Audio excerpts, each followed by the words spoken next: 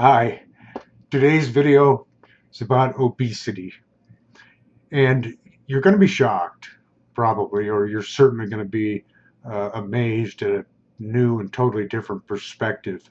First of all, there are many medical reasons for obesity, so that has to be the first step that you take uh, is to consult your doctor to make sure that there's no medical reasons why that need other treatment.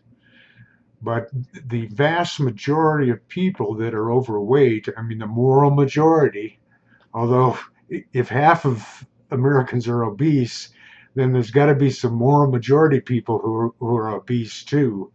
But the attitude is that people who are obese are lazy and all they want to do is eat.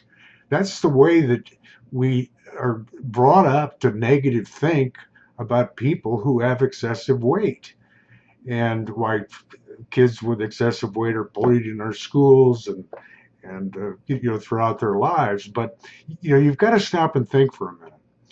An amazing uh, uh, paradigm shift has occurred over the last, let's call it 15 years, just for discussion purposes. But when I was a kid growing up in the 50s and 60s, I don't know what the real percentages are or were back then, but we all know that it was, perhaps it was 10% or 15%, perhaps 20%. But over the past 15 years, those numbers have grown exponentially. Now, you can blame that on a lot of different things, or we do, because we don't understand the real reason. If you don't have a medical condition and you're obese, you don't have an eating problem, you have a thinking problem.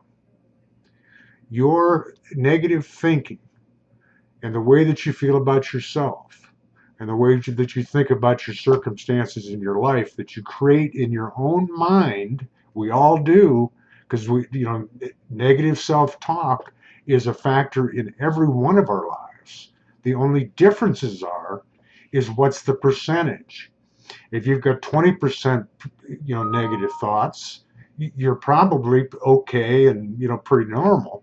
At the same time, you're sacrificing 20% of your thinking in your life to negative thoughts and emotional distress. When you hit 50% for discussion purposes, that's what I call mental illness. And my contention is very simple, that if you took the obese people, first of all, our treatment today, I mean, this is how we think. And these aren't stupid people. But we have doctors who take the obese person and reduce their stomach to the size of a teacup.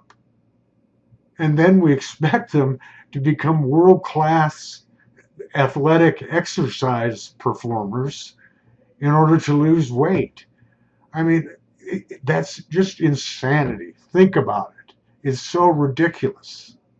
The reason why you're obese is not an eating problem. It's rooted in the way that you think.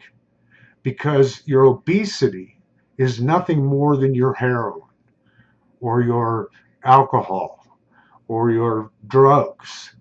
It's a self-treatment for the way that you feel, because you're so desperate to feel better about yourself. Just like anybody that gets addicted to anything else, we get to the point where we can't take it anymore, and we have to search for outside substances to give us some relief, some happiness, some joy in our life. And that's what's happening to you. It's just food. Now, with the new science of neuroplasticity, we can literally, neuroplasticity is how we learn, and this is all taught in the course step by step. But you can retrain the way you think to eliminate the negative thoughts that are the root cause of your obesity. It's not your fault. You're a victim of your own negative thinking. Take my course. Please take the next step.